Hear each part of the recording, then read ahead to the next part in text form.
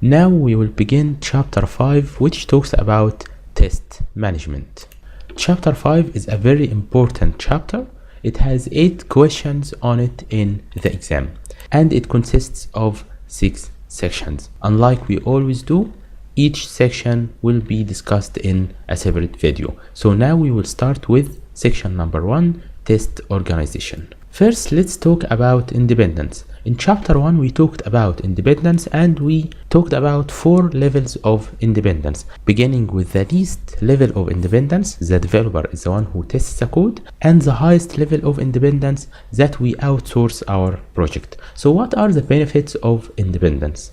Independent testers see other and different defects, okay? So the independent tester, like we said, finds defects that the developer can't find them. And he is also unbiased, because this is not his project or his product. He doesn't have a problem with finding defects in it. The second is that the independent tester can verify assumptions that we made during implementation of the system. So for example, we assumed, we had an assumption that our system is usable. The tester will verify this assumption or will reject it so that we edit in our system. Independence comes also with drawbacks, okay? So first is the isolation from the development team, especially if the tester is treated as totally independent. So maybe there are some problems of communication between the tester and the developer, so he is isolated from the development team and he can't keep pace with them with what they are doing in the project. The second drawback is that developers may lose a sense of responsibility for quality. Before we have a tester in our organization, the developer is the responsible for quality. But when we have a tester, developers may feel that quality is not their responsibility, okay? There is a tester, he is responsible for quality, I don't care about it. The third drawback is that always independent testers are seen as a bottleneck, okay? Everyone blames them for delays in the release. Okay, people think that the tester is the reason for delays because he comes with bugs and we solve them and we are late. But this is of course not true. In test organization, we have 2 roles. We have the test leader and the tester. The test leader doesn't have to be a tester, okay? He can be a test manager, test coordinator, project manager, QA manager, or development manager. For example, if we are a small team consisting of 4 developers and 1 tester, the team leader may be a development manager, okay? And the tester is like a junior or senior tester who executes the testing. To understand the difference between the 2 roles, we can summarize it in that test leader does the management work, okay? He manages, he makes schedules and so on. But the tester most of the time implements and executes. So here are the test leader tasks. Let's read them.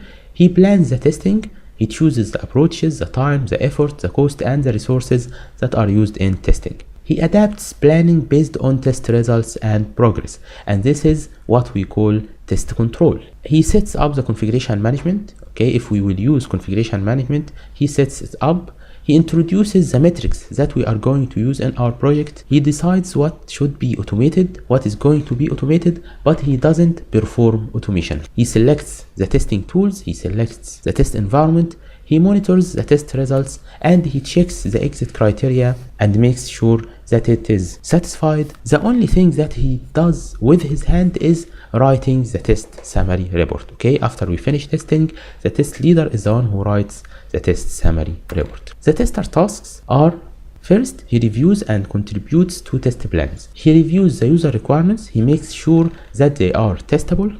He sets up the test environment. The test leader selects the test environment, but the tester sets it up. He prepares the test data. He implements the testing and evaluates the results. He performs automation testing. Okay, the test leader chooses what should be automated because he has experience in the field, but the tester is the person who performs automation, and this may be supported by a developer or a test automation expert. He measures performance of components and systems if applicable. This is performance testing. And he may review tests developed by others. So if we are 2 testers in the team, I can review the test cases that you designed and make comments on them. So in the ideal case, testers at the component and the integration level should be the developer. Sometimes at the integration level, the tester performs testing, but the ideal case is that the developer performs it. Testers at the acceptance level should be business experts and users. Testers for operational acceptance testing, which we talked about in chapter 1, should be operators or system administrators. The tester performs all those types of testing or all those levels of testing in various ways, okay? So sometimes he performs integration testing, some testers perform components, some testers perform acceptance testing. It depends on the organization that you work in.